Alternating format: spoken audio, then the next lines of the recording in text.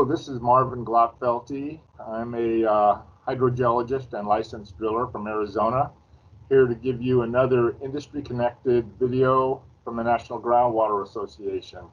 Today's topic is the use of copper sulfate as a treatment for cleaning wells. I had a friend ask me about this because it's known that copper sulfate is sometimes used in surface water bodies, perhaps at golf course lakes or other surface water bodies too, as an algicide or fungicide, getting rid of things, organics that grow in a surface water body. And so I had never heard of it used, but I was familiar with copper sulfate. That goes back to my geologist background, because in the early days of as all good geologists, I have a mineral collection, and so copper sulfate does occur naturally as a mineral. This is a example of what's called chalcanthite. It's a beautiful blue fibrous mineral, and I have a couple of samples of it. This one is actually from the Planet Ranch area, which is along the California-Arizona boundary over by the Colorado River. And beautiful mineral, neat stuff. It's called chalcanthite, but it's not something you'd ever want to put in your coffee. It is toxic. It is poisonous. And so it's fine to put it in a surface water body that is not for consumption, but I would worry about adding it to a water well for that reason. Well, that's my experience in the practice of hydrogeology. And so I thought, well, copper, and I warned my friend against it, but I also called a couple of experts that I happen to know that are also friends. One who operates an analytical laboratory that looks at things from wells, scale samples, etc. And the other one operates he's a supplier of chemicals for treatment of wells. So I called both these individuals. Both of them agreed with me that this is not copper sulfate is not stuff you would want to add to a well.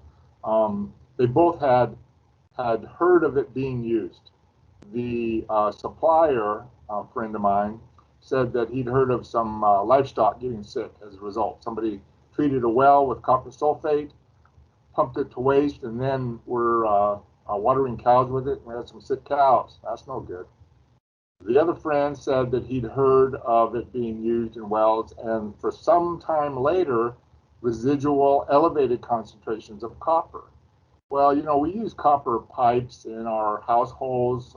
There's copper available, but it's not that soluble. So as long as it remains in the solid state, it's not a problem. But if we dissolve it into the water, and there may be some residual free copper left over, that can be problematic, and it can exceed action levels. The EPA does have an action level on copper, and so therein is the problem. And copper sulfate is a great biocide, but it's got these other problems. So we would probably go with other chemicals of choice instead.